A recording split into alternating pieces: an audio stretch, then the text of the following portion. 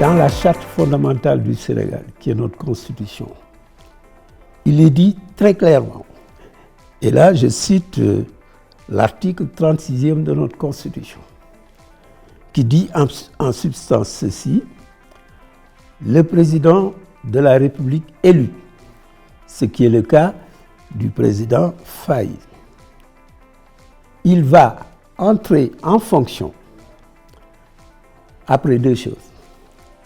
La première, c'est après la proclamation définitive de son élection.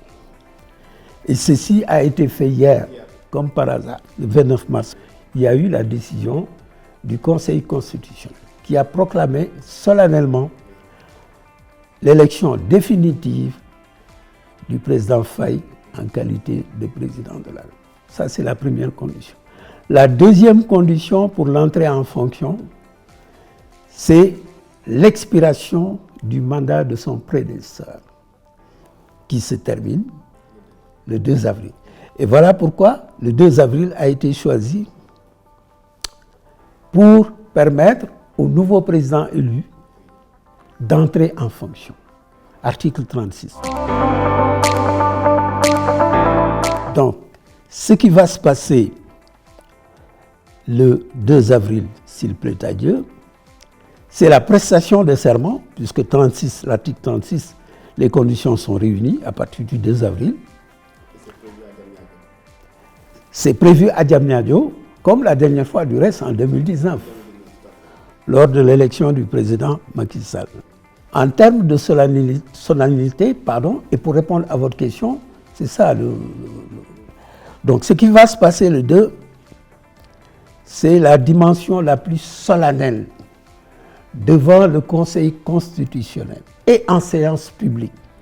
Et vous avez certainement appris que, comme en 2019, il y aura probablement des invités chefs d'État, donc des homologues du chef d'État, ce qui va rehausser davantage la solennité de l'événement. C'est le protocole qui va organiser tout ça, mais en rapport avec le Conseil constitutionnel. Parce que pour la prestation de serment, étant donné que le président de la République prête serment devant le Conseil constitutionnel, ils sont un peu les maîtres d'œuvre de cette cérémonie. Et d'ailleurs, certainement, il a eu peut-être certainement une réunion entre le protocole d'une part, la sécurité, etc., et le Conseil constitutionnel. Ce qui est une bonne chose. Je crois que c'est une première. Je ne me souviens pas qu'il y ait eu ce fait-là. Avant l'entrée, la prestation de serment et la passation de pouvoir, qui est en fait l'investiture, on va y revenir, je ne me souviens pas qu'il y ait eu un précédent. Les deux chefs d'État, l'un entrant, l'autre sortant, se soient vus avant cette cérémonie donc, du 2 avril. Mais c'est une excellente chose, c'est une excellente chose. Ceci pour régler un certain nombre de problèmes liés au cérémonial et au protocole. Alors, concrètement, toujours en termes de solennité, ce qui va se passer, étant donné que le maître d'œuvre ici, pour la prestation des serments, c'est le Conseil constitutionnel, c'est lui qui va un peu fixer le cap. On va aménager une sorte de mobilier fer à cheval, comme au tribunal, et c'est là qu'on va installer les membres du Conseil constitutionnel. On les installe, exactement. Et ensuite, enfin, on va chercher le président de la... Sauf que ici, ce n'est pas le protocole qui va aller chercher le président de la République. Le président du Conseil constitutionnel va désigner 2 des membres du Conseil constitutionnel pour aller chercher le chef de l'État, tel qu'il était installé dans le salon qui lui était dédié. Et on va l'installer dans un fauteuil à côté. Et c'est le président du Conseil constitutionnel, qui est le maître d'œuvre, qui va lui désigner sa place. Et sagement, le président de la République va occuper son fauteuil. Le président du Conseil constitutionnel, sur le plan séquentiel, va d'abord ouvrir la séance et faire un discours pour expliquer le sens et la symbolique qui s'attachent à la cérémonie. Une fois qu'il a terminé son speech, c'est à ce moment-là qu'il va inviter le chef de l'État qui va se lever. Il va l'inviter à venir devant le Conseil, comme au tribunal.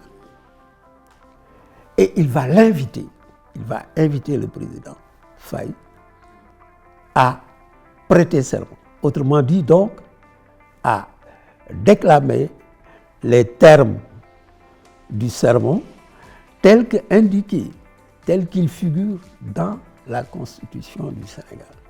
Et peut-être que le président de la République, même ceux qui sont habitués, je me souviens, en 2019, alors que c'était son second mandat, le président de la République avait le texte du Conseil du serment sur la main gauche, discrètement.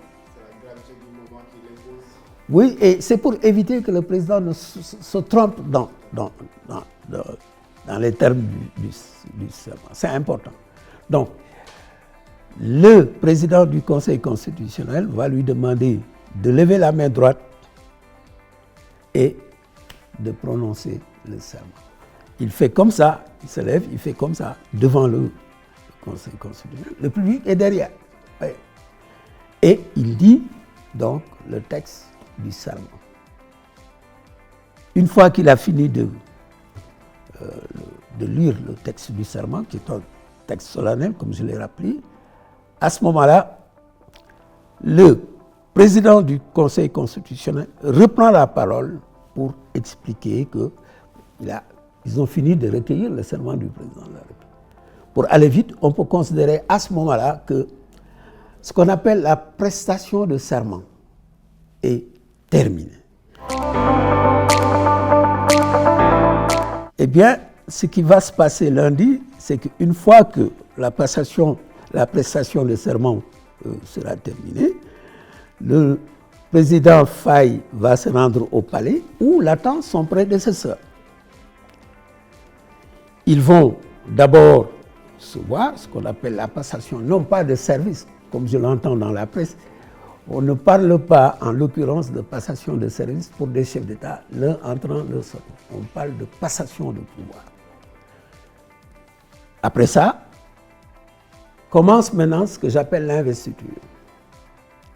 Et pour l'investiture, alors que pour la prestation de serment, le maître d'œuvre ici, celui qui fixe le là, c'est le Conseil constitutionnel, pour l'investiture qui va se passer au palais, un personnage central dans le cérémonial de la République, c'est lui qui va entrer en fonction. Eh bien, ce personnage central dans la symbolique et le cérémonial de la République, c'est le grand chancelier de l'Ordre national du Lion. Alors, le grand chancelier, donc, va faire deux choses, deux séquences. Une première séquence, le président va se lever et il va avoir en face de lui le grand chancelier de l'Ordre national, puisque dès qu'il accède à la magistrature suprême, ce qui est le cas du président Faye,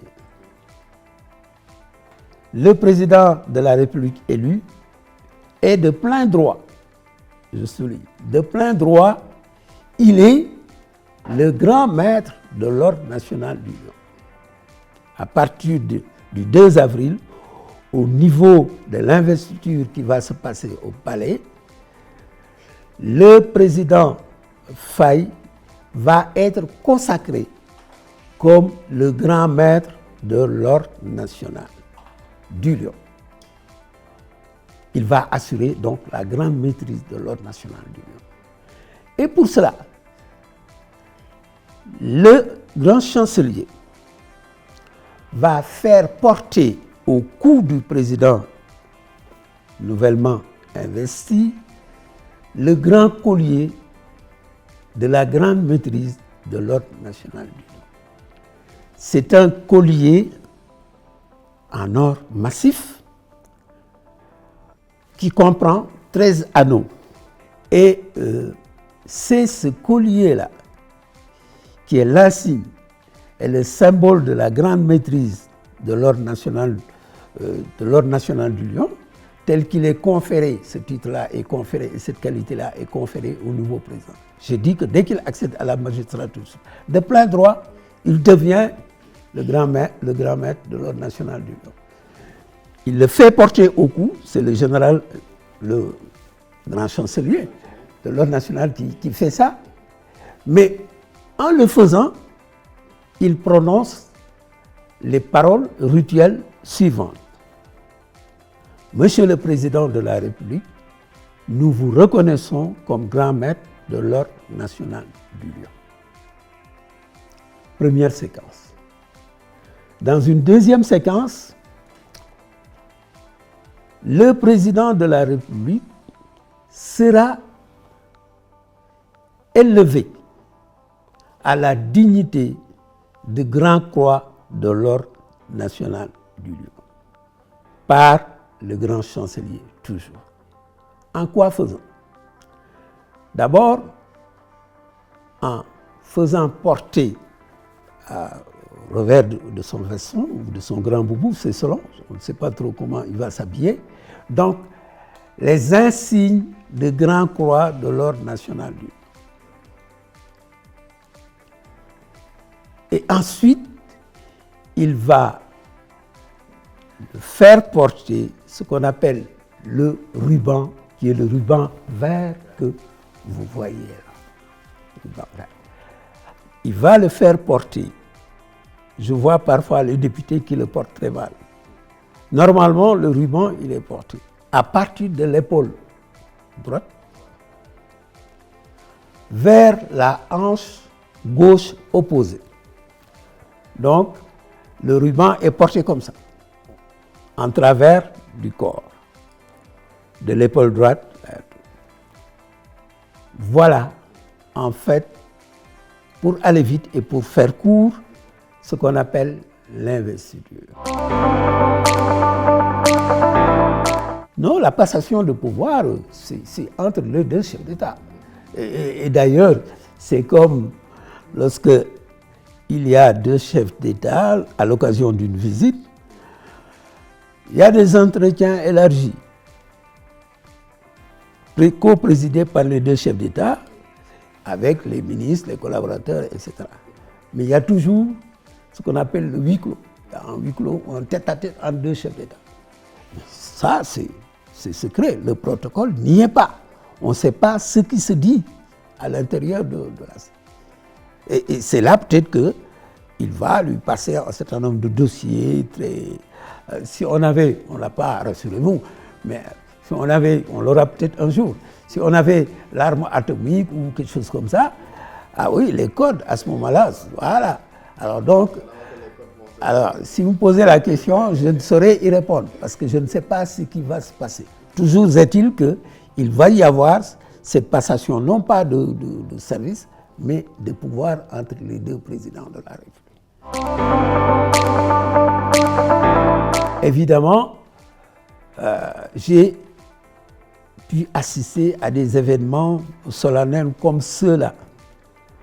J'ai encore en mémoire le cérémonial, entre autres, le cérémonial de ce qui s'est passé en 2019.